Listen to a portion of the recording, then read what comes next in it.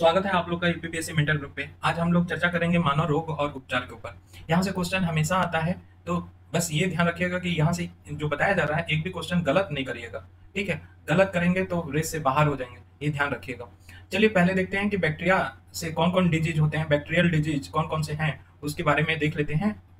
एक तो पहली बात है कि कॉलेरा, कॉलेरा जिसको हिंदी में हैजा बोलते हैं, ये बैक्टीरियल डिजीज है। जो विब्रियो होता है, ये ध्यान रखो, विब्रियो का शेप कैसा होता है, ये बैक्टीरिया होता है और कॉमा शेप होता है। कॉमा शेप, तो पूछे कि विब्रियो कैसा आता है, comma shape. Caucus, caucus type के जो बैक्टीरिया होते हैं वो गोल होते हैं, गोल होते हैं। और बैसिलस जो होता है, बैसिलस, बैसिलस ये होते हैं रॉड टाइप के। कैसे, रॉड टाइप के। तो ये क्वेश्चन पूछा जाता है। तो विब्रियो टाइप कैसे होते हैं, कॉमा टाइप। कॉकस जो होते हैं वो गोल होते हैं, और बैसिलस जो होते हैं वो कैसे होते हैं, रॉड टाइप के होते हैं। ठीक है ना, तो ये ध्यान रखना। अब विब्रियो कोलेरी बैक्टीरिया के द्वारा क्या होता है, हैजा होता है। ठीक है, इसमें सिम्टम क्या होता है, उल्टी, दस्त, डिहाइड्रेशन हो जाता है, हाथ पैर में क्या होता है, क्रैम्प आने लगते हैं या ऐठन होने लगता है, ये होता है हैजा का सिम्टम। अब उपचार करना है तो क्या, डिहाइड्रेशन होता है तो हाइड्रेशन को पानी पियो। ठीक है, हैजा का टीका लगाओ, ORS घोल पियो, तो इससे क्या हो जाएगा, सुधार मिल जाएगा। अगर कॉलेरा का ट्रीटमेंट नहीं करेंगे तो डिहाइड्रेशन जितना ज्यादा होगा, पानी बॉडी से निकलेगा, पानी निकलेगा तो उससे मृत्यु भी हो सकता है, डेथ भी हो सकता है। ठीक है ना, तो ये ध्यान रखना। अब आते हैं डिप्थीरिया के ऊपर। तो डिप्थीरिया में देखो, तो डिप्थीरिया होता है तुम्हारा किससे, डिप्थीरिया होता है कोरिन बैक्टीरियम डिप्थेराई से, कोरिन बैक्टीरियम डिप्थेराई से। इसमें क्या होता है कि जो श्वास नली होता है, श्वास नली मतलब ट्रैकिया, जो ट्रैकिया होता है उसमें अवरोध हो जाता है, ऑब्स्टेकल हो जाता है। और इसके साथ साथ फीवर बहुत तेज होता है, हृदय और जो ब्रेन होता है उसके जो टिश्यू होते हैं वो क्षतिग्रस्त होने लगते हैं, हृदय और मस्तिष्क के उत्तक क्या होते हैं, क्षतिग्रस्त होने लगते हैं। ये डिप्थीरिया में होता है। तो डिप्थीरिया को बचाने के लिए डीपीटी का टीका लगाया जाता है, डीपीटी का टीका लगाया जाता है डिप्थीरिया से बचाने के लिए। ठीक है, और डिप्थीरिया चूंकि बैक्टीरियल है तो एंटीबायोटिक दिया जाएगा, और एंटीजन दवा इसमें क्या दिया जाता है, दवाएं दिया जाता है, तो एंटीबायोटिक की दवाएं दी जाती हैं। ठीक, नेक्स्ट है टीबी। टीबी को देखो, तो माइक्रोबैक्टीरियम ट्यूबरकुलोसिस से होता है। किससे, माइक्रोबैक्टीरियम ट्यूबरकुलोसिस से होता है। इसमें क्या होता है, फीवर बहुत आता है, खांसी आता है, बलगम के साथ खून आता है, शारीरिक दुर्बलता, कमजोर हो जाता है आदमी। इसमें और क्या होता है, सबसे बड़ी पहचान है कि वेट लॉस होने लगता है। क्या होने लगता है, वेट लॉस होता है, और ड्रास्टिकली वेट लॉस होता है। तो ये इससे पहचान हो जाता है कि टीबी से बीमारी, टीबी से ग्रसित है। इसको बचाने के लिए हम क्या करते हैं, बीसीजी का टीका लगाते हैं। कौन सा, बीसीजी का टीका लगाते हैं। और डॉट से वयस्क रोगियों के लिए डॉट का उपचार प्रणाली, डॉट से हम क्या करते हैं, ट्रीटमेंट करते हैं। डॉट जो टीबी का ट्रीटमेंट पूछे किससे किया जाता है, तो डॉट से किया जाता है। ठीक है ना। अब नेक्स्ट देखो, लेप्रोसी। लेप्रोसी किसे होता है, तो माइक्रोबैक्टीरियम लेप्री से होता है, माइक्रोबैक्टीरियम लेप्री से होता है। क्या होता है कि शरीर पे चकत्ते पड़ जाते हैं, संवेदनशीलता क्या हो जाता है, समाप्त हो जाता है, अंगों का क्या होने लगता है, सड़ना गलना होता है। तो ये कुष्ठ रोग के क्या है, सिम्टम है। और क्या दवाई दिया जाएगा, तो एंटीसेप्टिक दवाई दिया जाता है, और सल्फर युक्त जल से स्नान किया जाता है। सल्फर युक्त सुना होगा, sulpha drug, sulpha drug, sulpha drug, sulpha drug क्या होते हैं, ये एंटीबैक्टीरियल होते हैं या एंटीबायोटिक होते हैं, antibiotic, biotic. Sulpha drug antibiotic होते हैं, पी है ये जब बहुत भयंकर इन्फेक्शन हो जाता है तो सल्फा ड्रग को हम लोग क्या करते हैं, रिकमेंड करते हैं कि वो दवा लें, और वो बैक्टीरिया से क्या हो जाता है, मुक्ति पा लेता है। ठीक, तो सल्फा ड्रग क्या है, पहले यही पूछ लेता है, तो एंटीबायोटिक है। ठीक है, ध्यान रखना। जो हम लोग झरना में नहाते हैं ना, जो वल्केनिक झरना होता है जिसको हम लोग हॉट स्प्रिंग बोलते हैं, हॉट स्प्रिंग, हॉट स्प्रिंग कहते हैं कि नहाओ तो वो स्वस्थ होता है। क्यों, क्योंकि हॉट स्प्रिंग में नीचे से वॉल्केनो निकल से गर्म होता है, तो वहां से सल्फर एलिमेंट पानी में होता है, और उसकी वजह से क्या होता है, स्किन डिजीज से फ्री हो जाते हैं। तो हॉट स्प्रिंग भी बेनिफिशियल होता है। जो भी होम्योपैथिक की दवा है, होम्योपैथिक की दवा देखो तो सल्फर साफ साफ आता है। सल्फर क्या होता है, सल्फर एंटीबैक्टीरियल काम करता है, तो ध्यान रखना। एंटीसेप्टिक दिया जाता है, एंटीसेप्टिक नाम से पता चलता है, बता दे रहे हैं, एंटीसेप्टिक। सेप्टिक का मतलब होता है, सेप्टिक किसी भी चीज को बोला जाता है जब इन्फेक्शन हो, क्या हो, इन्फेक्शन हो तो उसको क्या बोलते हैं, सेप्टिक बोलते हैं। और एंटी का मतलब प्रतिरोधी, तो इन्फेक्शन के प्रतिरोधी वाली दवाएं।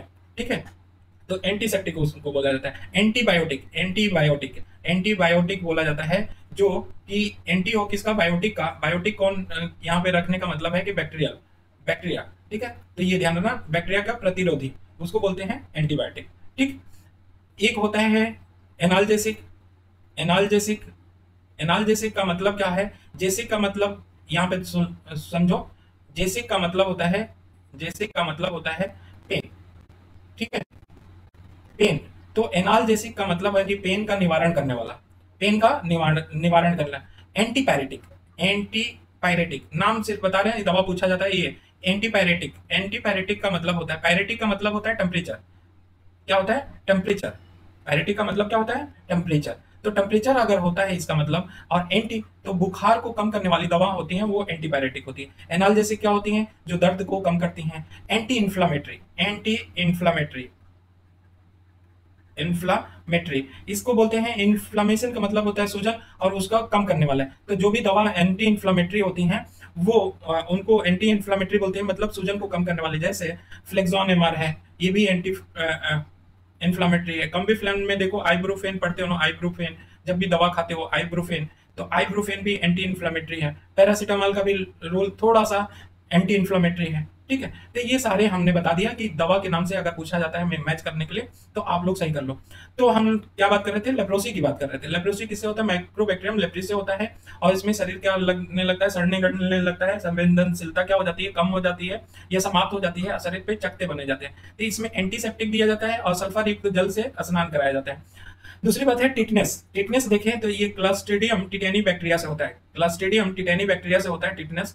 और इसमें क्या हो जाता है, पैरालिसिस हो जाता है, शरीर के अंग क्या हो जाते हैं, अकड़ जाते हैं। इसी को जॉ लॉक डिजीज भी बोला जाता है। जॉ लॉक डिजीज किसको बोलते हैं, टिटनेस को बोलते हैं। क्यों, क्योंकि जबड़ा लॉक हो जाता है, मसल अकड़ जाते हैं, ठीक है। कब होता है टिटनेस, तो देखते हो कि जब किसी को चोट लग जाए, एक्सीडेंट हो जाए तो छील जाता है और ब्लीडिंग करने लगता है, तो उसमें ये टिटेनी बैक्टीरिया होते हैं, वो जाके प्रवेश कर जाते हैं। या जंग से किसी का हाथ, जंग लगा आयरन से किसी का हाथ वगैरह कट जाए तब ये होने के चांसेस होते हैं। तो बचने के लिए क्या है कि जब ऐसा हो तो टिटनेस का इंजेक्शन लगवा लेना चाहिए, ठीक है। तो ये हमारा हुआ टिटनेस के बारे में। अब आते हैं हम लोग टाइफाइड के बारे में बात करते हैं। तो टाइफाइड किससे होता है, साल्मोनेला टाइफी बैक्टीरिया से, साल्मोनेला टाइफी बैक्टीरिया से होता है क्या, टाइफाइड होता है। और इसका टेस्ट करने के लिए हम लोग क्या यूज करते हैं, बिडाल टेस्ट यूज करते हैं। क्या, बिडाल टेस्ट, ध्यान रखना इसको लिए क्या यूज करते हैं, बिडाल टेस्ट करते हैं। इसमें टाइफाइड को ही मियादी बुखार भी बोला जाता है। मियादी बुखार क्यों बोला जाता है, इसलिए बोला जाता है इसमें कि पहले स्टार्टिंग में टेम्परेचर क्या होता है, थोड़ा सा स्लाइटली रेज होता है, स्लाइटली रेज होता है, ठीक है। टेम्परेचर के साथ साथ इसमें क्या होता है कि इंटेस्टाइन होता है ना, उसमें स्वेलिंग हो जाता है, इंटेस्टाइन में स्वेलिंग हो जाता है, सूजन हो जाता है, या अल्सर हो जाता है, पेट में घाव हो जाता है, तो पेट में दर्द होने लगता है, भूख कम लगने लगता है। होता क्या है इन्फेक्शन, तो गंदा पानी पीने से, गंदा पानी पीने से, इन्फेक्टेड पानी पीने से ये बीमारी होता है। अक्सर ये समय जो चल रहा है अभी मई जून में, तो क्या होता है कि अगर इस समय जो बाहर का पानी पियेंगे वो उनको क्या हो जाएगा, टाइफाइड बीमारी हो जाएगा, ठीक है ना। तो गंदा पानी पीने से होता है। तो लक्षण क्या है, तीव्र नहीं आता है, मियादी का मतलब ये होता है, मियादी का मतलब हल्का, ठीक है। तो तीव्र नहीं, ज्वर आता है बाद में, जब इंटेंस हो जाता है बहुत तब तेज फीवर आता है, सिर दर्द होने लगता है, शरीर पे दाने निकल जाते हैं, आंतों में अल्सर आ जाता है। शिशुओं के लिए टैब का टीका लगाया जाता है। टाइफाइड के लिए कौन सा टीका लगाया जाता है, टैब, या एंटीबायोटिक की दवाएं दिया जाता है, ठीक है। काली खांसी या पर्टूसिस, हुफिंग कफ बोलते हैं, ये बार्डीटेला पर्टूसिस से होता है, बार्डीटेला पर्टूसिस से होता है। इसमें क्या होता है, हल्का ज्वर आता है और सांस लेने में क्या होती है, समस्या होती है। इसमें डीपीटी का टीका लगाया जाता है। तो डी फॉर डिप्थीरिया के लिए पढ़ चुके हैं, और पी फॉर पर्टूसिस के लिए पर्टूसिस के लिए पढ़ चुके हैं, ठीक है। नेक्स्ट निमोनिया, निमोनिया पूछा जाता है कि कहाँ लगता है, तो निमोनिया लंग्स में होता है। और ये अभी कोविड हुआ था तो आप लोग देखे होंगे, कोविड में जो सबसे ज्यादा मृत्यु हो रही है निमोनिया के कारण हो रही है। निमोनिया होने के कारण लंग्स क्या हो रहा है, पूरा स्कार हो जा रहा है या लंग्स को खा जा रहा है ये वायरस, ठीक है। तो डिप्लोकोकल निमोनी से होता है निमोनिया। और इसमें क्या होता है, बहुत तेज ज्वर आता है, सांस लेने में समस्या होता है, सीने में दर्द होता है, जुकाम होता है, ये निमोनिया के लिए है। अगर निमोनिया को देखें तो एंटीबायोटिक और एंटीवायरल और एंटीफंगल तीनों दवाएं चलाई जाती हैं किसके, निमोनिया के ट्रीटमेंट के लिए, ठीक। अब देखो वायरस, अभी तक हम लोग जितना पढ़े बैक्टीरियल इंपॉर्टेंट डिजीज पढ़े, अब वायरल देखते हैं। वायरस में तो पहला देखते हैं चिकन पॉक्स, इसी को बोलते हैं छोटी माता या चेचक बोलते हैं, ठीक है। बेरियोला मेजर और माइनर, मेजर से होता है बड़ी माता या लार्ज चिकन पॉक्स, जो माइनर से होता है छोटा, ठीक है। तो नाम से तो बेरियोला मेजर और माइनर से होता है चिकन पॉक्स होता है, ठीक है ना। तो छोटा और बड़ा, जो छोटी माता और बड़ी माता बोलते हैं, तो माइनर और मेजर से पता चल जाएगा, ठीक है। इसमें क्या होता है, ज्वर आता है, क्या आएगा? फीवर आएगा, सिर में दर्द होगा, शरीर पे फफोले हो जाएंगे, उल्टियां होंगी, कमजोरी होगा। तो इसमें क्या होते हैं, दाने पड़ जाते हैं छोटे छोटे छोटे, छोटे वाले में, बड़े वाले में तो बड़े हो जाते हैं, और स्कार भी बन जाता है शरीर पे। इसका कोई उपचार नहीं होता है। वायरल का जान जाओ कि वायरस का कभी उपचार नहीं हो सकता है। इसका टीका बन सकता है, लेकिन कोई मेडिसिन नहीं है, कोई मेडिसिन नहीं है उपचार करने के लिए। इसका टीका बनाया जा सकता है, टीका या वैक्सीन वैक्सीन बनाया जा सकता है, ठीक है, लेकिन इसका कोई उपचार नहीं है। किसका? चिकन पॉक्स का। नीम की पत्तियों को पानी में डालकर उबालना और ठंडा करके उसे क्या करें, पानी से, उस पानी से मरीज को नहलाना। तो जो नीम होता है हमारा एंटीबैक्टीरियल भी होता है, एंटीबैक्टीरियल होता है, एंटी फंगल होता है, एंटी फंगल मतलब एंटी फंगल होता है, एंटी वायरल होता है। ये सारे गुण होते हैं इसमें। एंटी कैंसरस होता है कौन सा? नीम। तो एंटी कैंसरस भी होता है, ठीक है। तो ये ध्यान रखना। पोलियो देखो, पोलियो वायरस से होता है, मांसपेशियों का संचालन क्या हो जाता है, प्रभावित हो जाता है, हाथ पैर कार्य करना बंद कर देता है, लगभग पैरालिसिस का जैसा सिम्टम होता है वैसा आ जाता है, वो अनइफेक्टिव हो जाता है, जैसे पैर वगैरह, ठीक। तो इसमें क्या होता है, ओपीवी पोलियो ड्रॉप पिलाया जाता है, ठीक है ना, ओपीवी, ठीक। अब आते हैं रेबीज। रेबीज होता किससे है? तो रेबीज लाइसा वायरस से होता है, ठीक। रेबीज लाइसा वायरस से होता है। और दूसरी बात कि इसमें क्या होता है, सर और गले में दर्द होता है, हल्का ज्वर आता है, पानी से, हाइड्रोफोबिक इसको बोलते हैं, हाइड्रोफोबिक। तो ये क्या करता है, पानी, फोबिक मतलब डर, हाइड्रो मतलब पानी, पानी से डर लगने लगता है, ठीक है। तेज प्रकाश से, बिजली कड़कती है ना, उससे क्या होता है, डर लगने लगता है। ठंडी हवा अगर चले तो उससे वो उसके लिए असहनशीलता हो जाता है, असहनशील हो जाता है ठंडी हवाओं के प्रति, ठीक है। तो ये रेबीज होता है, और ये कुत्ते बिल्ली आदि के काटने से ये क्या होता है, रेबीज होता है, ठीक। नेक्स्ट हम लोग देखते हैं एड्स। एड्स किससे होता है? तो एचआईवी वायरस से होता है, ह्यूमन इम्यूनो डिफिशियंसी वायरस से होता है। इसमें क्या होता है कि CD4 काउंट होता है जो सेल में, जो क्या बोलते हैं, एंटीबॉडी के प्रिपरेशन में काम करता है। तो CD4 की काउंट क्या हो जाती है, कम हो जाती है, ठीक है। टी हेल्पर सेल, T4 या टी हेल्पर सेल का, हेल्पर सेल को क्या कर देता है, काउंट डिक्रीज कर देता है। टी लिम्फोसाइट पे काम करता है, टी लिम्फोसाइट क्या कर देता है, कम कर देता है, टी लिम्फोसाइट कम कर देता है। तो ये ध्यान रखना। मानव की जो इम्यून सिस्टम है, प्रतिरक्षा तंत्र है, उसको क्या कर देता है, कमजोर बना देता है। तो इसका क्या है, अगर देखें ट्रीटमेंट में, तो अभी तक कोई नहीं है ट्रीटमेंट। AZT दिया जाता था, लेकिन अब वो भी इफेक्टिव है कि नहीं अभी कुछ नहीं मालूम, लेकिन AZT से इनिशियल स्टेज पे ट्रीटमेंट दिया जाता है। बचाव ही इसका मेन क्या है, उपचार है। सुरक्षित सेक्सुअल कांटेक्ट करें, रोगी का रक्त, अगर कोई एचआईवी रोगी है तो उसका रक्त न चढ़ाएं, ठीक है। दूसरी बात है, अगर एचआईवी को कोई सिरिंज से इंजेक्शन लगा है तो वो सिरिंज से इंजेक्शन ना लगवाएं, ठीक है। नया हमेशा क्या होता है, डिस्पोजल सिरिंज से क्या करना चाहिए, इंजेक्शन लगवाना चाहिए। डीप किस से भी प्रमाण मिले हैं कि डीप किस से भी क्या होता है, ये एड्स होता है, ठीक है ना। अब आते हैं हेपेटाइटिस को। हेपेटाइटिस में देखें तो इसके 6 प्रकार होते हैं, ABCDEG। अभी जो सी वाला था, तो इसके पिछले साल में जो नोबेल प्राइज मिला था, नोबेल प्राइज इसके मेडिसिन बनाने के लिए मिला था, ठीक है, मेडिसिन बनाने के लिए। बी का हमारे पास वैक्सीन आ गया है, वैक्स आ गया है। और AEG अभी तक कुछ इसमें सफलता नहीं मिली है, ठीक। अब देखें आगे, तो इसमें होता क्या है हेपेटाइटिस में, तो आंख, त्वचा, मूत्र क्या हो जाता है, लाल रंग के होने लगते हैं, लाल रंग के होते हैं, ठीक है। और रक्त में पित्त की मात्रा, बिलिरुबिन की मात्रा क्या हो जाता है, बढ़ जाता है, भूख नहीं लगता है, ठीक है। यकृत या लीवर क्या होता है, लीवर अच्छे से मेटाबॉलिज्म में या अपचयन में पार्टिसिपेट नहीं करता है, ठीक है। तो ये ध्यान रखना, ये लीवर की बीमारी होती है। हिपेटो का मतलब ये, हिपेटो का मतलब ये होता है लीवर, ठीक है। हिपेटो का मतलब ये, और इटिस कहीं भी जुड़ जाए, कहीं भी इटिस हो जाए, इटिस जुड़ जाए, इसका मतलब होता है स्वेलिंग, ठीक। तो लीवर में स्वेलिंग हो जाता है, ठीक। क्या है, ठंड से बचना, न्यूट्रिशन डाइट लेना। दूसरी बात है पानी भी, पानी को क्या करना चाहिए, बॉयल करके पीना चाहिए। पानी से भी इन्फेक्शन देखा गया है, हेपेटाइटिस का भी बढ़ने लगता है। जो सर्जरी कराते हैं, सर्जरी के बाद भी देखा गया है बढ़ने लगता है। नेक्स्ट है इन्फ्लुएंजा, ठीक है। तो हेपेटाइटिस किससे होता है, हेपेटाइटिस वायरस से होता है। इन्फ्लुएंजा देखो तो इन्फ्लुएंजी वायरस से होता है, ठीक। इन्फ्लुएंजा के बारे में बात करें तो जो नॉर्मल हमारा कॉमन कोल्ड एंड कफ होता है, ये इन्फ्लुएंजा की वजह से ही होता है, ठीक है ना, कॉमन कोल्ड एंड कफ। इसमें सर दर्द होता है, बदन दर्द होता है, जोड़ों में दर्द होने लगता है, सर्दी जुकाम, खांसी, बुखार, ये सब आने लगते हैं इन्फ्लुएंजा में। जो तुम्हें क्या होता है, मैं बेसिकली सिम्टम दिखता है सर्दी जुकाम। इसके लिए कोई भी वायरस के लिए बैक्टीरिया एंटीबायोटिक काम नहीं करता है, ये ध्यान रखना, कोई भी नहीं करता है। बस क्या होता है कि वायरल क्या करता है, वायरल इन्फेक्ट कर देगा, तो इन्फेक्ट कर देगा तो जैसे कि हमारा क्या हो जाएगा कि गले में सूजन हो जाएगा और इस पे क्या कर देगा, बैक्टीरिया अटैक कर देगा। वायरल तो होगा ही, बैक्टीरिया भी अटैक कर देगा, तो वायरल कमजोर कर देगा और गला वगैरह में सूजन आने लगेगा या टॉन्सिलाइटिस बोलते हैं। तब यहाँ पे अब बैक्टीरिया और वायरल दोनों आ गए सिम्टम में, तब जाके हम एंटीबायोटिक दे सकते हैं, अदरवाइज नहीं। जैसे टेरामाइसिन, टेट्रासाइक्लिन और एंटीबायोटिक तभी दिया जाएगा जब हमें कंफर्म हो जाएगा कि बैक्टीरियल इन्फेक्शन, वायरल तो था ही कॉमन कोल्ड एंड कफ में, तो अब धीरे धीरे अपने आप 7 दिन में खत्म हो जाता है। लेकिन अगर लगे कि बैक्टीरियल भी इन्फेक्शन है तो एंटीबायोटिक दे सकते हैं, ठीक। डेंगू बुखार, डेंगू बुखार देखो किससे होता है, तो एडिज इजिप्टी मच्छर के काटने से, एडिज एल्पोपिक्टस को काटने से, या क्यूलेक्स मच्छर होते हैं उनको काटने से क्या हो जाता है, डेंगू होता है। क्या है होगा इसमें, बुखार आएगा, आंख जोड़ों में पेशियों में तेज दर्द होगा, प्लेटलेट क्या हो जाएगा, कम हो जाएगा। जब भी देखो खून का थक्का बनाना होता है ना, थक्का या थक्का बनाना होता है, तो क्या होता है, ये प्लेट होता है, प्लेट के ऊपर थ्रोम्बस बनने लगते हैं, तो प्लेटलेट ही मेन रोल अदा करते हैं थ्रोम्बस बनाने के लिए, कि प्लेट जैसे इकट्ठा कर दें तो ये एकदम इकट्ठा हो जाए प्लेट, तो ये थ्रोम्बस की तरह हो जाएगा, थ्रोम्बस या थक्का, खून का थक्का बोलते हैं, ठीक है ना।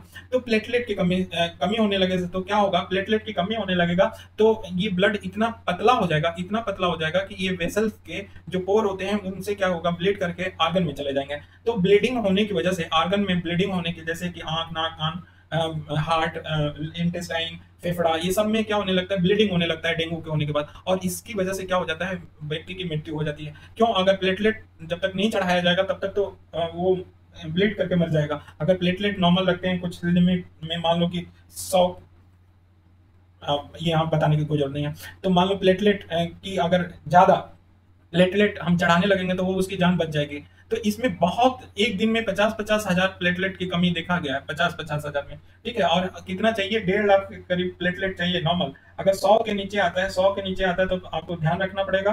कोई भी वायरल इन्फेक्शन होगा तो सबसे पहला इंडिकेटर होता है कि प्लेटलेट कम हो जाता है, ठीक है ना। और जब 70 के नीचे आने लगे तो आपको जरूर और जरूर दिखाना चाहिए, ठीक है। तो ये ध्यान रखना। खसरा की बात करें तो खसरा मिजल्स को बोलते हैं, और मिजल्स में क्या होता है, तो मिजल्स मार्वेली वायरस की वजह से होता है। किसकी वजह से होता है, मार्वेली वायरस से होता है, ठीक। आंख एवं नाक से पानी बहने लगता है, शरीर में दर्द होने लगता है, ज्वार, शरीर पे लाल दाने निकलने लगते हैं, ठीक है ना। तो ये मिजल्स होता है। मम्स में देखो, ये पैरोटिड ग्लैंड होता है ना, मम्स वायरस से होता है, पैरोटिड ग्लैंड में ये सूजन आ जाता है। जब हमने गैस्ट्रो वाला पढ़ाया था, डाइजेस्टिव सिस्टम, इजी वे में डाइजेस्टिव सिस्टम, उसमें हमने बताया था कि 3 तरह के ग्लैंड होते हैं स्लाइवरी, उसमें से एक पैरोटिड ग्लैंड था, ठीक है ना। इसका क्या है, तो हम टेरामाइसिन और गले से कान तक की क्या करना पड़ता है, सेकाई करना होता है। तो इसमें सूजन आ जाता है तो उसको सेकाई करके कम किया जा सकता है। इसी को हिंदी में मम्स को गलसुआ बोलते हैं, ठीक। नेक्स्ट हम लोग देखने जा रहे हैं फंगस की वजह से। फंगस से कौन कौन डिजीज होता है, तो अस्थमा होता है। तो केवल फंगस से ही नहीं होता है, पॉलन से भी हमारा अस्थमा होता है, ठीक है ना। कोई भी एलर्जी होगा उससे भी हमारा वो बढ़ते बढ़ते अस्थमा हो सकता है, तो ये ध्यान रखना, पॉलन से भी होता है। Aspergillus fumigatus, Aspergillus fumigatus fungi से होता है, क्या, दमा होता है। इसमें क्या होता है कि फेफड़े में जो छोटी छोटी नलियां होती हैं वो क्या हो जाती हैं, और सिकुड़ जाती हैं, पतला हो जाती है, और पतला हो जाने की वजह से क्या होगा कि ब्लड की सप्लाई कम हो जाएगा, तो ऑक्सीजन की डिफिशियंसी होने लगेगी। ऑक्सीजन की डिफिशियंसी होने लगेगी तो दम घुटने लगेगा, सांस लेने में समस्या आने लगेगी, ठीक है। इसको करने के लिए क्या क्या दवा दिया जाता है, डेरिफाइलिन दिया जाता है, टेट्रोल दिया जाता है, एड्रेनलिन का इंजेक्शन दिया जा सकता है, डेल्टा कॉर्टिल या कोई भी स्टेरॉइड अगर है उसको दे दो। इमरजेंसी मेडिसिन बोला जाता है, ये डायलेट करता है, जैसे ये पतला सा है तो इसको क्या कर देगा, वेसल को चौड़ा कर देगा। या कोई भी एंटी एलर्जी दवा दे दो, जैसे सिट्रीजिन का नाम सुना होगा, सिट्रीजिन दे दोगे तो वो भी यही काम करता है, पतले वेसल को क्या कर देता है, चौड़ा कर देता है, ठीक है ना। तो इससे रिलीफ मिल जाता है, ठीक। एथलीट फूड को देखो तो ट्राइकोफाइटोन के द्वारा होता है, एथलीट फूड इसके द्वारा होता है, ट्राइकोफाइटोन के द्वारा होता है, ठीक है ना।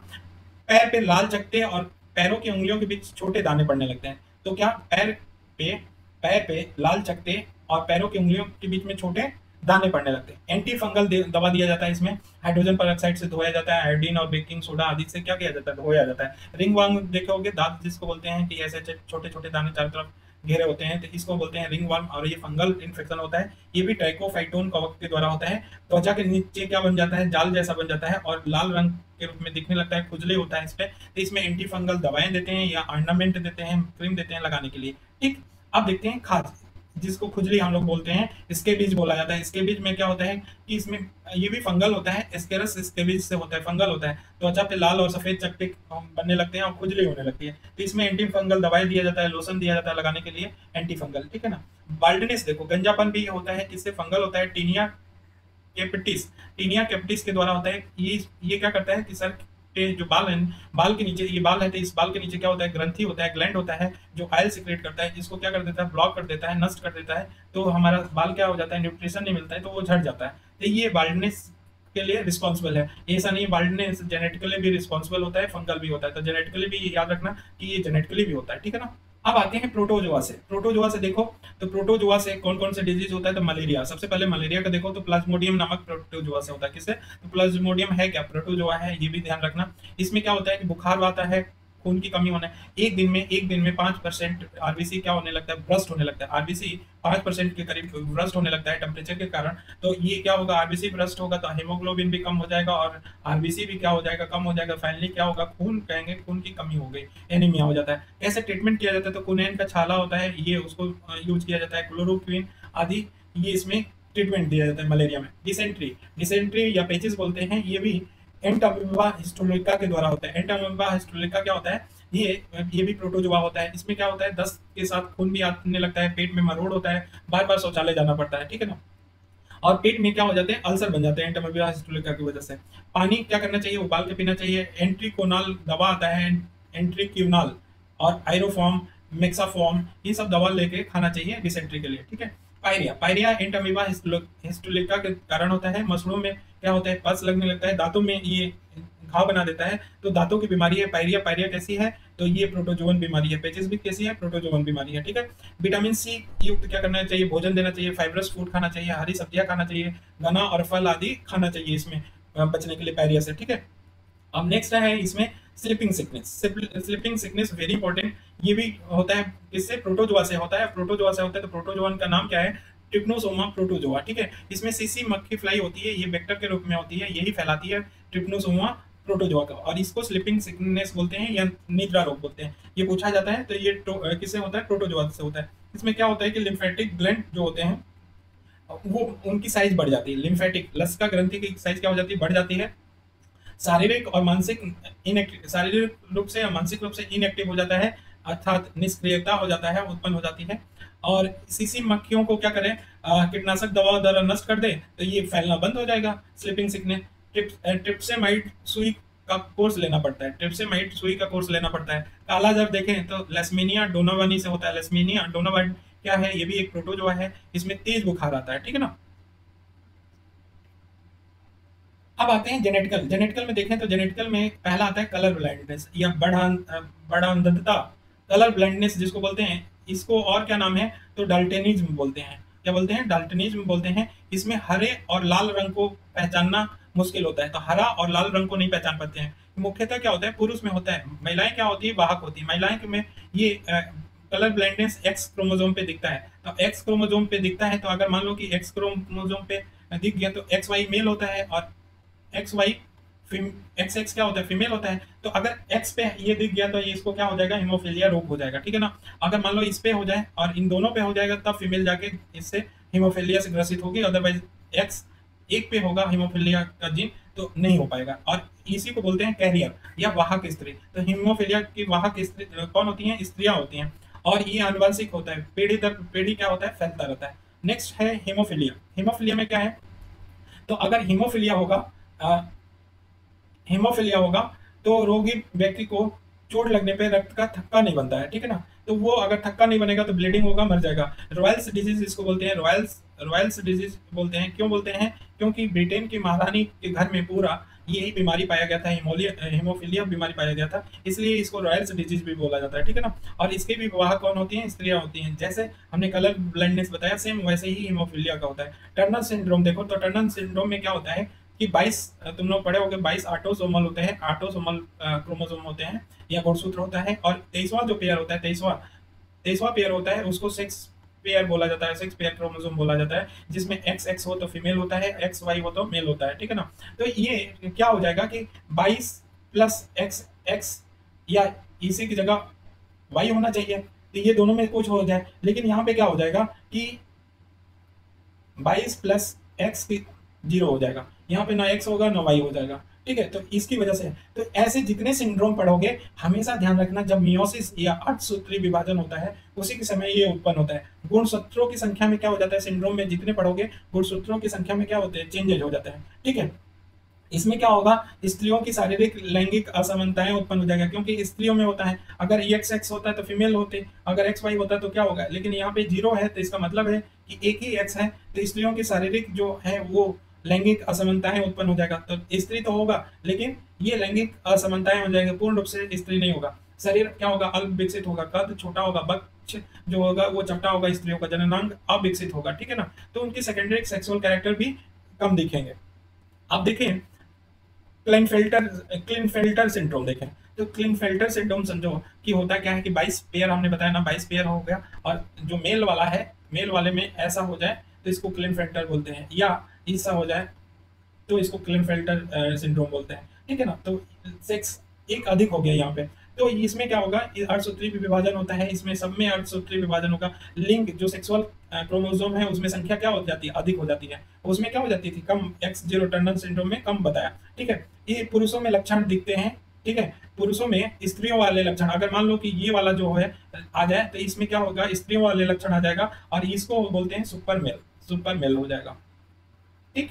तो ये ध्यान रखना, इसमें क्या होगा, जो टेस्टिस होगा और वो अल्प विकसित होगा, जो स्तन होगा वो कैसा होगा, वो फीमेल की तरह मेमोरी ग्लैंड होगा, रोगी जो होगा ना इससे वो नपुंसक होगा, उनमें फर्टिलिटी नहीं है। तो जो हम लोग पढ़ते हैं ना कि वो क्या बोलते हैं, जेंडर न्यूट्रल, जेंडर न्यूट्रल या इंटरसेक्स पढ़ते हैं, जेंडर न्यूट्रल पढ़ते हैं, वो सारे किससे होते हैं, जुड़े हुए क्लिनफिल्टर सिंड्रोम से होते हैं। डाउन सिंड्रोम देखो तो मैंगलिज्म होता है, इसमें क्या होता है कि इसमें जो ऑटोसोमल 22 होते हैं ना, तो उसमें 21वें क्रोमोसोम पे, 21वें क्रोमोसोम में ट्रिपल हो जाता है, इसमें क्या हो जाता है, 21वें क्रोमोसोम में एक और क्रोमोसोम और ऐड हो जाता है, तो 21वें नंबर ऑटोसोमल पे क्या हो जाता है, ट्राइप्लोइडी बोलते हैं, या 3 हो जाते हैं, बस इतना ध्यान रखो, तो इसको बोलते हैं डाउन सिंड्रोम। डाउन सिंड्रोम में होता क्या है, तो डाउन सिंड्रोम में भ्रूण जो एम्ब्रियो होता है वो जल्दी मर जाता है, या उसकी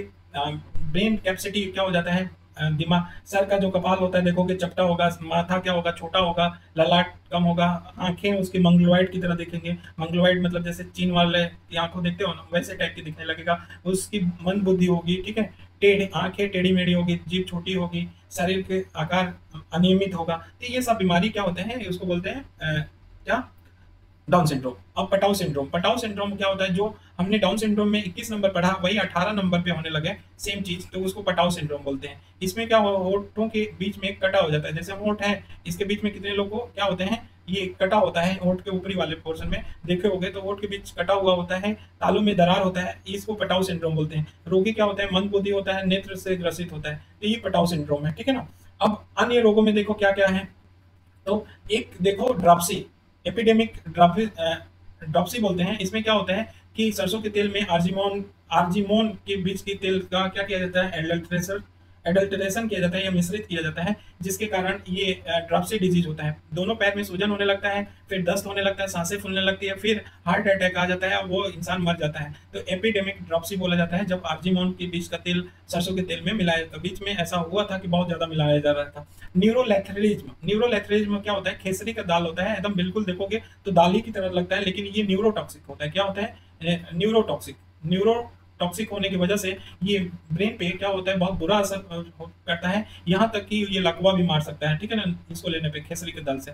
कवासियोरकर देखो तो कवासियोरकर किसकी कमी से होता है, तो प्रोटीन की कमी से होता है। इसमें बच्चों में होता है, शारीरिक वृद्धि क्या हो जाती है, कम हो जाती है, भूख कम लगती है, शरीर में सूजन होने लगती है, तो ये कवासियोरकर होता है। मेरेस्मस देखो तो ये प्रोटीन और कैलोरी की कमी से होता है, जबकि कवासियोरकर सिर्फ प्रोटीन की कमी से होता है, लेकिन मेरेस्मस क्या होता है, जो माल न्यूट्रिशन न्यूट्रिएंट वाले होते हैं बच्चे, उनमें होता है प्रोटीन और कैलोरी दोनों की कमी हो जाती है।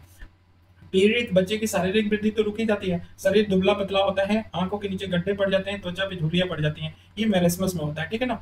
अब देखो हाइपोग्लाइसेमिया, हाइपोग्लाइसेमिया में होता है क्या, हाइपो का मतलब होता है नीचे और ग्लाइसेमिया का मतलब है शुगर, तो हाइपोग्लाइसेमिया का कम होना, नीचे होना ही बोला जाता है। जैसे कि ये ज्यादातर डायबिटिक पेशेंट में देखने को मिलता है कि डायबिटिक मिलेटस बोलते हैं, उसमें क्या होता है कि वो दवा लेते रहते हैं, अगर बहुत ज्यादा तगड़ी दवा ले लिए तो शुगर क्या हो जाएगा, कम हो जाएगा, कम होने के बाद उनको चक्कर आएगा या यहाँ तक कि कोमा में पहुंच सकते हैं कम शुगर होने की वजह से, ठीक है। तो ये हाइपोग्लाइसेमिया होता है, ठीक है। इसमें रुधिर में क्या हो जाएगा, ग्लूकोज की मात्रा कम हो जाएगी। लिवर सिरोसिस क्या बोलते हैं, तो ये लिवर का कैंसर बोला जाता है, लिवर सिरोसिस। जो व्यक्ति बहुत ज्यादा शराब पीता है या हेपेटाइटिस बी या सी से क्या हो जाए, इन्फेक्टेड हो जाए, तो उसको लिवर सिरोसिस होता है। इस बीमारी का कोई इलाज है नहीं, सीधे सीधे हमको क्या करना होता है, लिवर ट्रांसप्लांट की जरूरत पड़ जाती है, ठीक है ना। तो लिवर ट्रांसप्लांट कराएंगे और वो भी बहुत सक्सेस होता नहीं है। 25 से 50 लाख के रुपया खर्च हो जाता है एक लिवर ट्रांसप्लांट करने में। तो शराब पीने और हेपेटाइटिस बी और सी के कारण ये लिवर सिरोसिस होता है। ऑस्टियोमेलेसिया देखें तो ऑस्टियोमेलेसिया और रिकेट्स दोनों में डिफरेंस जान लो। रिकेट्स होता है बच्चों में, ऑस्टियोमेलेसिया होता है एडल्ट में। दोनों में ही विटामिन डी या कैल्शियम की कमी की वजह से होता है। विटामिन डी और कैल्शियम की कमी के कारण ये क्या हो जाता है, हड्डी कमजोर हो जाता है दोनों में। अगर बच्चे में कमजोर हो जाएगा तो रिकेट्स बोलते हैं, अगर एडल्ट में कमजोर हो जाएगा तो ऑस्टियोमेलेसिया बोलते हैं। ऑस्टियोपोरोसिस, ऑस्टियोपोरोसिस में क्या होता है कि ये मान लो हड्डी है, इसमें पोर पोर बन जाए तो कमजोर हो जाएगा, पोर हो जाएगा। अगर इस पे एक डंडा मार दो तो हड्डी चकनाचूर हो जाता है। जितने लोग सॉफ्ट ड्रिंक पीते हैं, सॉफ्ट ड्रिंक पीते हैं, वो होता है बाइकार्बोनेट। क्या होता है, बाइकार्बोनेट होता है। बाइकार्बोनेट पीने से हड्डियां क्या हो जाती हैं, सॉफ्ट हो जाती हैं, पोरस हो जाती हैं, और इनकी हड्डियां क्या हो जाती हैं, कमजोर हो जाती हैं और जल्दी टूट जाती हैं। तो ये कोल्ड ड्रिंक जो पीते हैं उनके लिए है। तो हड्डियां कमजोर हो जाएंगी और हड्डियों के टूटने का खतरा क्या हो जाएगा, बढ़ जाएगा ऑस्टियोपोरोसिस में, ठीक। नेक्स्ट है सिफिलिस। सिफिलिस देखें तो ये ट्रेपेनोमा पैलिडम बैक्टीरिया से होता है। तो सिफिलिस किससे होता है, बैक्टीरिया से होता है। ये जो योनि होता है ना, या योनि बोले या मेल सेक्सुअल ऑर्गन बोले या फीमेल सेक्सुअल ऑर्गन, उस पे दाने दिखने लगते हैं, चकते पड़ने लगते हैं, ठीक है। तो ये बीमारी किसमें होता है, सिफिलिस में होता है। और सेक्सुअल इंटरकोर्स की वजह से अगर कोई सिफिलिस से कोई मेल या फीमेल ग्रसित है और सेक्सुअल इंटरकोर्स करेगी तो उसकी वजह से क्या हो जाएगा, सिफिलिस बीमारी हो जाता है। इससे लिवर और मस्तिष्क, ब्रेन दोनों प्रभावित होते हैं, ठीक है ना। तो ये ध्यान रखना। गोनोरिया, मोनोरिया नहीं, गोनोरिया है। गोनोरिया फीमेल में होता है और ये नाइसेरिया गोनोराई बैक्टीरिया से होता है, ठीक है ना। इसमें क्या होता है कि जो रोगी के यूरेथ्रा है, यूरेथ्रा से जो मूत्र विसर्जन करते हैं, निकालते हैं, वो यूरेथ्रा से निकालते हैं, फीमेल निकालती हैं तो यूरेथ्रा से निकालती हैं। तो यूरेथ्रा से क्या निकलने लगता है, म्यूकस टाइप का संक्रमण, म्यूकस टाइप का सफेद सफेद गिरने लगता है, ये बोलते हैं गोनोरिया। तो ये ज्यादातर फीमेल को होता है और ये बांझ हो जाती हैं। ये कैसे होता है, तो सेक्सुअल इंटरकोर्स के वजह से होता है। कोई भी एक गोनोरिया से है, ग्रसित है, जैसे एसटीडी होता है ना, सेक्सुअल ट्रांसमिट डिजीज, तो सेक्सुअल ट्रांसमिट डिजीज में सिफिलिस भी आता है, गोनोरिया भी आता है, ठीक है। तो ये ध्यान रखना। तो एसटीडी होता है और मेल फीमेल दोनों में होता है, लेकिन ज्यादातर फीमेल में देखा जाता है और बाझ हो जाती है फीमेल, ठीक।